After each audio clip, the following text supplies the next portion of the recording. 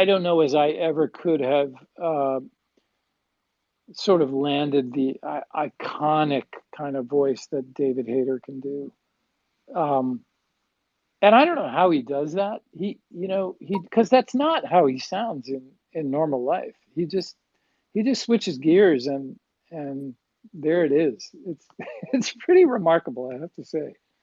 Yeah, I think his voice is definitely really recognizable as Snake. It always like takes me by Yeah. surprise hearing him just talking normally. Yeah, no, I know. I know. I know.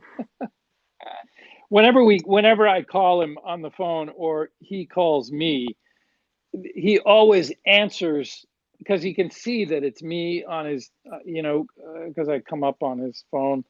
And so he always answers, Otacon. And when I see that it's him, I'm like, Snake. So that's a little tidbit for you. You can imagine us having a phone I love hearing conversation. that. I'm Yeah, obsessed with that. I think I'm that's pretty obsessed with nostalgic. that. Anyway, lovely to talk to you, Root. Oh yeah, you as well. Thank you so much. Have Thank a you good so one. much, Root. Okay, next is they go by Hostel. Okay. We've got about 6 people left on requesting, unless other people request. Okay. Or actually about 5. Yeah. You're up, Hostel. Thank you. Hello, You're Chris. welcome. I go by Z. It's a pleasure to speak Hi, with you. Hostel.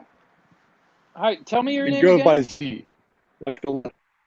Okay. My question for you is, what was something, a story, perhaps a book or a film that you had enjoyed that has stayed with you your whole life?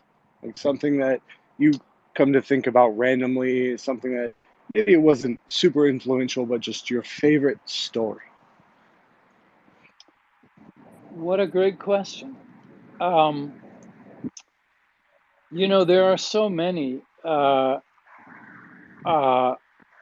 and in so many different genres. But I'll say off the top of my head, I I'm a they've never made a good movie at all. They're about to, but the book version of Dune, Mm.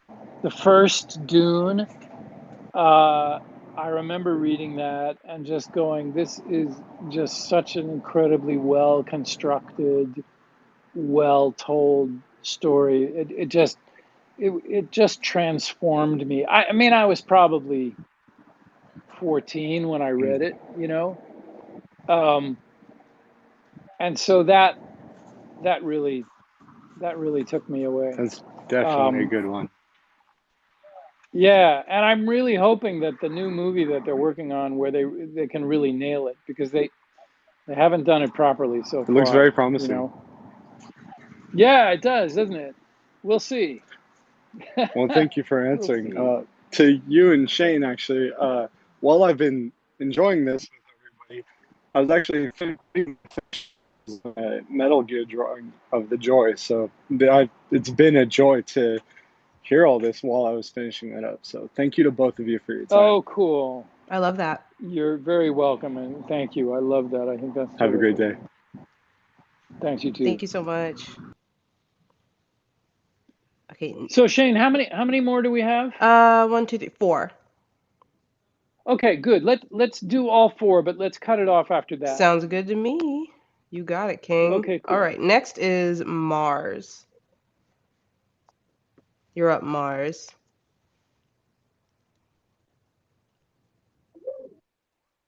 Yeah, Hello. I'm Mars. Hi, Mars. Hey, this is a silly question, and I don't know if you've been asked it before, but what do you think Otakon's favorite anime would be? I have been asked that, and because I really am not entirely up on anime, I kind of generally sort of say Gundam because because that's really the only thing I really know. I think my thought was that um, he likes all kinds of anime. I mean, I think that that world, and you know, it's one aspect of it, it's sort of a great character aspect of who he is. And we were talking about this earlier about his kind of innocence and yet sort of hope for the best in humanity, and there are aspects I feel to anime artwork that kind of reflect that. You know, there's sort of an idealization of humans and machines, and you know, in a way that I think, I don't know, I think it vibes pretty well with Otacon. But you know, I really need to learn more about anime and the world of anime, because uh, and maybe you guys who are big anime fans can kind of point me in a direction to learn more, because you know, the anime that I sort of knew is kind of the Metal Gear artwork. So, and that's not really a genuine anime. I don't know. Maybe it is. Help me out here. I think it's anime-esque. There's a lot of anime elements to Metal Gear. No, Yeah. I think you're right about the character being very inspired by that kind of hopefulness. Thank you. Yeah.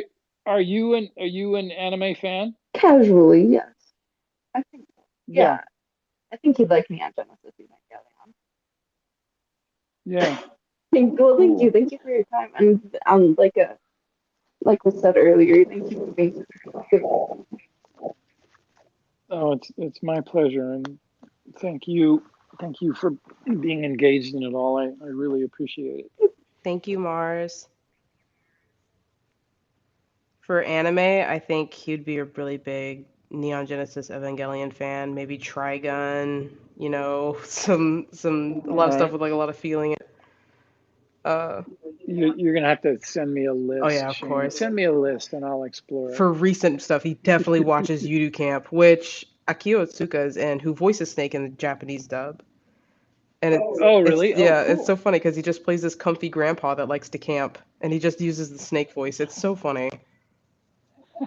It's really good. So, That's great. yeah, next we have Joe. And then after this, we'll have two more. Okay.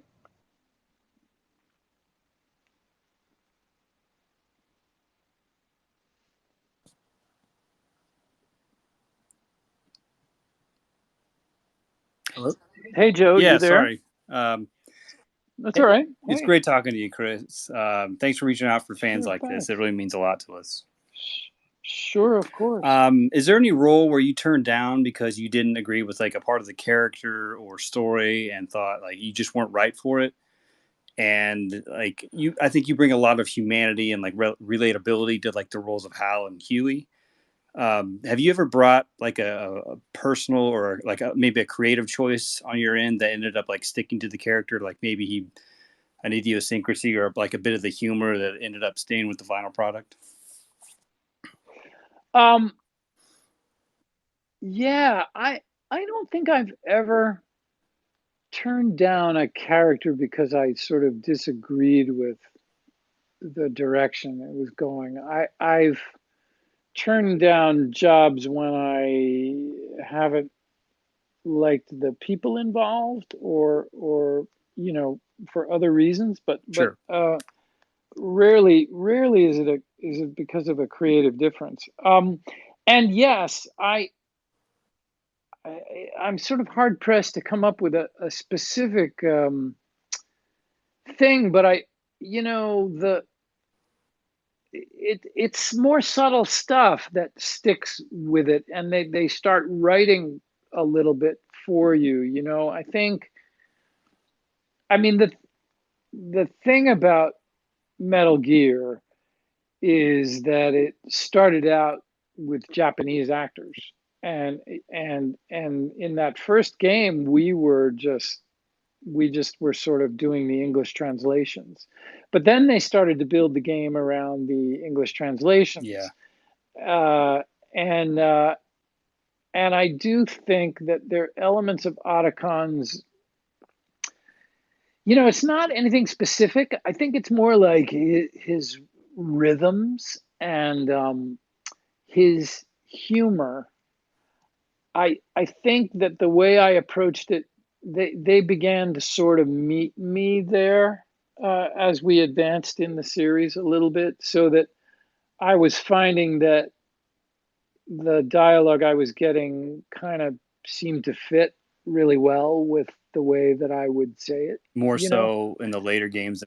more so in the Yeah. later games because again in that first game we just we were all hired to just do what the Japanese people had done, and we literally we had to match to the previous film, Mhm.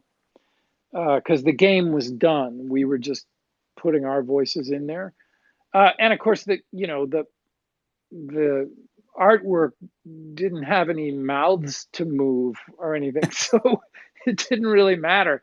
Um, but then as things advanced, then they started to actually build the games around the English translation. So Oh, great. Thank you very much. you're very welcome. Thanks for asking the Yeah. question. Thank you so much, Joe. Okay, so next is Samuel.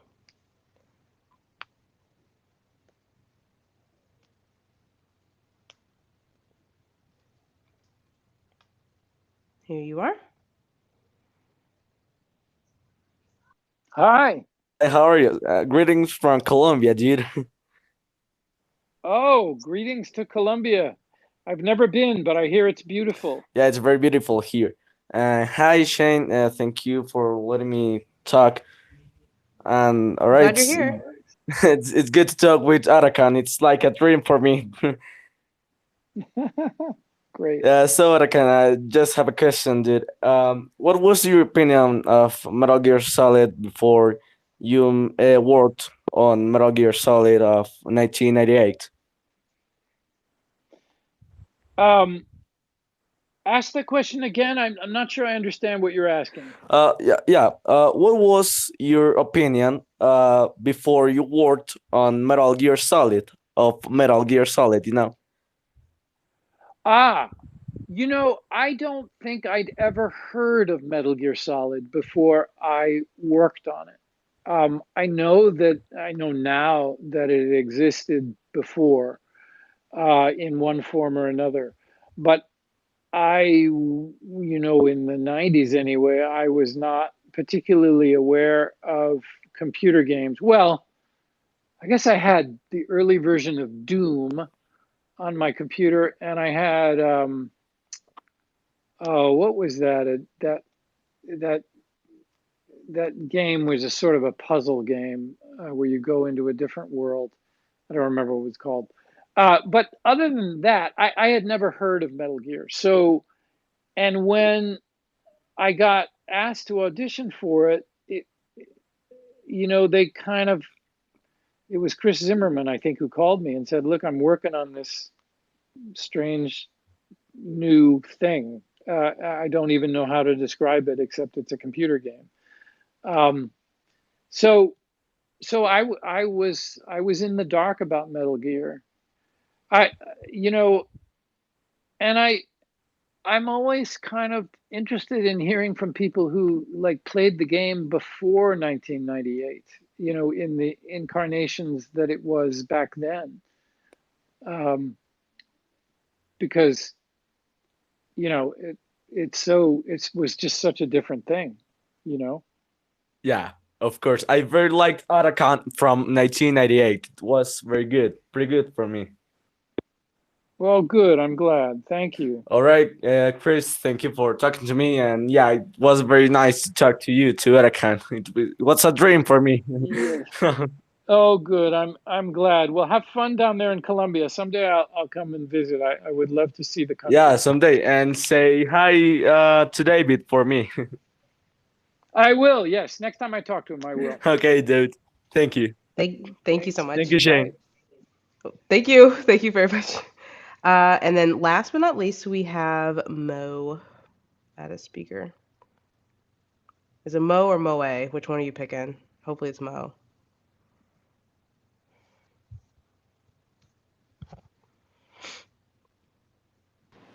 Hello? Am I back? Hello. Yep. Oh, hey. Hello. First off, hi, Chris. Chris. Hi, Chris. Hi. Um, I have a. This might be a stupid question, but like, What's your favorite part of your childhood, like growing up? Favorite parts of my childhood. Oh man. You know, honestly,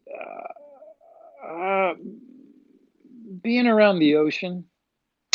I was born and raised in Boston, which is, basically a port city. But we also, when I was 8 or 9, we started just coming down to the South Shore onto the Buzzards Bay here, and